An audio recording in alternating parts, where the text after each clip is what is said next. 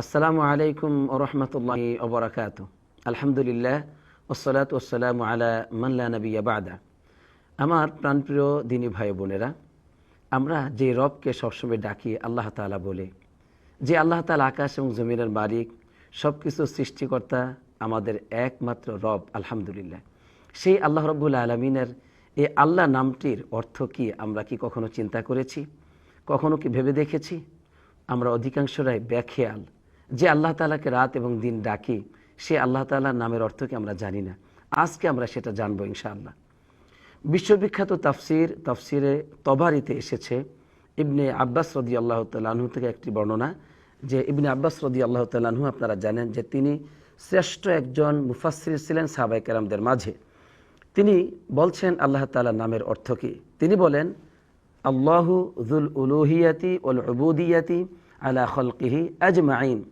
আল্লাহ তাআলার নামের অর্থ হচ্ছে যে যিনি ইবাদতের হকদার, সকল গোলামির একমাত্র মালিক, আলা খালকিহি আজমাইন, এই বিশ্ব জগতের সমস্ত মাখলুকাতের একমাত্র ইবাদত পাওয়ার, গোলামি পাওয়ার যিনি একমাত্র অধিকারী মালিক, তাকে বলা হয় আল্লাহ। এটাই হচ্ছে আল্লাহ তাআলার নামের অর্থ।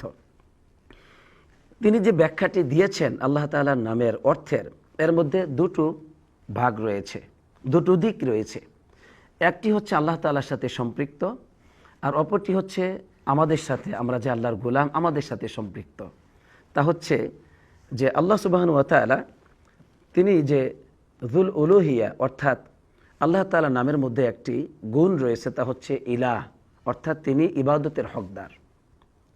যখনই আমরা বললাম আল্লাহ, এর মানে আমি তাকে স্বীকৃতি দিলাম তিনি হচ্ছেন যুল উলুহিয়া, ইবাদতের একজন মালিক, যার গোলামি করতে হয়, যার ইবাদত করতে হয়, এমন একজন সত্তা তিনি হচ্ছেন আল্লাহ। এটা হচ্ছে আল্লাহ তাআলার সাথে সম্পৃক্ত। এই জন্য গোটা কোরআনুল কারিমে আল্লাহ তাআলা এই আল্লাহর নামেরই আরও অসংখ্য নাম এসেছে। যেমন আল্লাহ তাআলা সামিউন বাসির, তিনি শুনেন, তিনি দেখেন। আল্লাহ রাব্বুল আলামিন তিনি গফুর রহিম, তিনি ক্ষমাশীল, তিনি অতি দয়ালু। আল্লাহ তাআলা খালেক, তিনি সৃষ্টিকর্তা। এই যে যত আল্লাহ তাআলার নামসমূহ এবং গুণসমূহ এসেছে, সব কিছুই কিন্তু এই যে আল্লাহ তাআলা যে নাম, এই নামটাকে ইঙ্গিত করে, এই নামটাকে সম্বোধন করে, এই নামকে বুঝায় আলহামদুলিল্লাহ। তাহলে যার এত সব নাম রয়েছে, এত সব গুণ রয়েছে, যে আল্লাহর, তিনি হচ্ছেন ইবাদতের একমাত্র হকদার, একমাত্র অধিকারী আলহামদুলিল্লাহ। এই হলো আল্লাহ তাআলার সাথে সম্পৃক্ত একটি দিক, যা আল্লাহ তাআলার নামের অর্থের মধ্যে রয়েছে। আর দ্বিতীয় দিক যা বান্দাদের সাথে সম্পৃক্ত, তা হচ্ছে তিনি হচ্ছেন যুল উবুদিয়া, মানে ইবাদতের হকদার, অর্থাৎ বান্দাগণ একমাত্র আল্লাহর ইবাদত করবে। এই জন্য কোরআনুল কারিমে আল্লাহ তাআলা আমাদেরকে বলেছেন যে বান্দারা, আমি তোমাদেরকে কেন সৃষ্টি করেছি জানো? ওমা খলাকতুল জিন্না ওয়াল ইনসা ইল্লা লিয়াবুদুন। আমি জিন আর মানব জাতিকে সৃষ্টি করেছি কেবলমাত্র, শুধুমাত্র, একমাত্র আমার গোলামির জন্য। সুবহানাল্লাহ।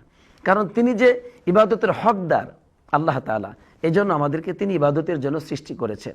তাই তিনি কোরআনুল কারিমে বারবার বিভিন্ন জায়গায় তার এই পরিচয়টি দিয়েছেন যে বান্দারা, তোমাদের কাজ হচ্ছে তোমরা সেই আল্লাহর গোলামি করবে। ওই যে আল্লাহ নামের মধ্যে দুটো দিক, একটি হচ্ছে আল্লাহর সাথে সম্পৃক্ত, তিনি ইবাদতের হকদার মালিক, আর অপর দিক বান্দাদের সাথে যুল উবুদিয়া, ইবাদতের যে মালিক তিনি, এর মানে বান্দারা তার ইবাদত করবে। এই জন্য আল্লাহ তাআলা আমাদেরকে একমাত্র ইবাদতের জন্য সৃষ্টি করেছেন। আর তিনি তার পরিচয় এইভাবে দিচ্ছেন, যেমন সূরাত তাহার 14 নম্বর আয়াতের মধ্যে বলছেন, ইন্নানি আনাল্লাহ, নিঃসন্দেহে আমি আল্লাহ, লা ইলাহা ইল্লা আনা, আমি ছাড়া আর সত্য কোনো ইলাহ নেই, ফা'বুদুনি, আমার গোলামি করো। সুবহানাল্লাহ। আল্লাহ তাআলা এবার আমাদেরকে স্পষ্ট করে বলে দিলেন, আমার গোলামি করো, ওয়া আকিমিস সালাতা লিযিকরি, আমি আল্লাহ শরণার্থে নামাজ আদায় করো। সুবহানাল্লাহ। অনুরূপভাবে সূরাতুল আম্বিয়ার 25 নম্বর আয়াতের মধ্যে আল্লাহ রাব্বুল আলামিন বলেছেন রাসূলুল্লাহ সাল্লাল্লাহু আলাইহি সাল্লামকে, ওমা আরসালনা মিন ক্বাবলিকা মির রাসূলিন ইল্লা নূহি ইলাইহি আন্নাহু লা ইলাহা ইল্লা আনা। আমি আপনার পূর্বে যত রাসূল প্রেরণ করেছি, আমি রাসূলদের কাছে ওহী করেছি এটাই, যে আমি আল্লাহ ছাড়া আর সত্য কোনো ইলাহ নেই, ফা'বুদুন, সুতরাং তোমরা আমার ইবাদত করো, আমার গোলামি করো। এভাবে করে আল্লাহ তাআলা তার যে আমাদের যা করণীয়, সেটা হচ্ছে ইবাদত করা। এই বিষয়টি আমাদেরকে বারবার তিনি বলেছেন ইয়া আইয়ুহান নাস উ'বুদু রাব্বাকুম, হে মানব জাতি তোমরা তোমাদের রবের ইবাদত করো। কেন বারবার এই কথাটি বলেছেন? কারণ তিনি যে আল্লাহ, তিনি তো একমাত্র ইবাদতের হকদার। এজন্য আমরা যারা আছি, আমাদেরকে এই যে সকল বিশ্ব জগৎকে আল্লাহ সৃষ্টি করেছেন, আমরা সবাই মাখলুক। তাই মাখলুক হয়ে ওই খলেকের গোলামি করতেই হবে।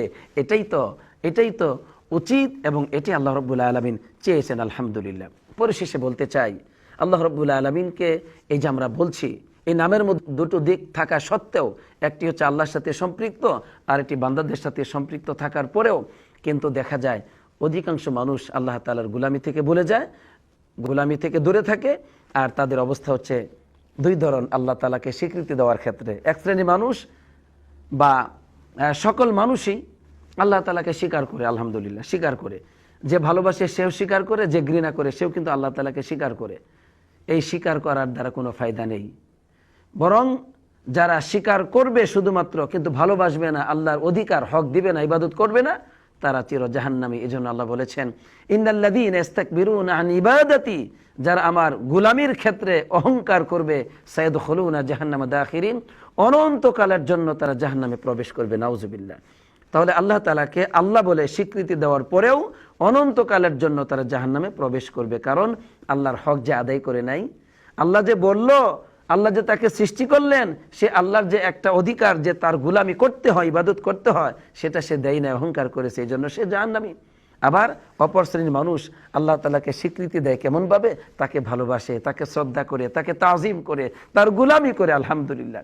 এই জন্য আল্লাহ তাআলা তাদেরকে বলেছেন, হে আমার বান্দারা, তোমরা ফাদখুলি ফি ইবাদি ওয়াদখুলি জান্নাতি, আমার ইবাদতে প্রবেশ করো, আমার জান্নাতে প্রবেশ করো। সুবহানাল্লাহ, সুবহানাল্লাহ। এই মুমিনগণ আল্লাহ তাআলাকে স্বীকার করে, ভালোবাসে, শ্রদ্ধা করে, তাজিম করে, সম্মান করে।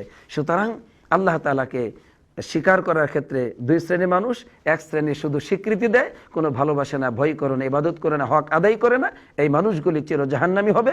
আর অপর শ্রেণীর মানুষ যারা আল্লাহ তাআলাকে আল্লাহ বলে ডাকে, স্বীকৃতি দেয়, তাকে ভালোবাসে, শ্রদ্ধা করে, তার গোলামি করে, এই মানুষগুলো আল্লাহ নামের হক আদায় করার কারণে তারা চির জান্নাতি হবে। আলহামদুলিল্লাহ। তাই আসুন আল্লাহ তাআলা নামের যে অর্থ, এই বিষয়গুলো জানলাম। জানার পরে এখন আমরা যেন আল্লাহকে সম্মান করতে পারি, তাকে শ্রদ্ধা করতে পারি, তার গোলামি করেই জীবনের শেষ নিঃশ্বাস যেন ব্যয় হয়, আল্লাহ যেন তেমনটি করেন। আমিন। আসসালাতু ওয়াসসালামু আলা নবিয়িনা মুহাম্মদ ওয়া আলা আলিহি ওয়া সাহবিহি আজমাইন।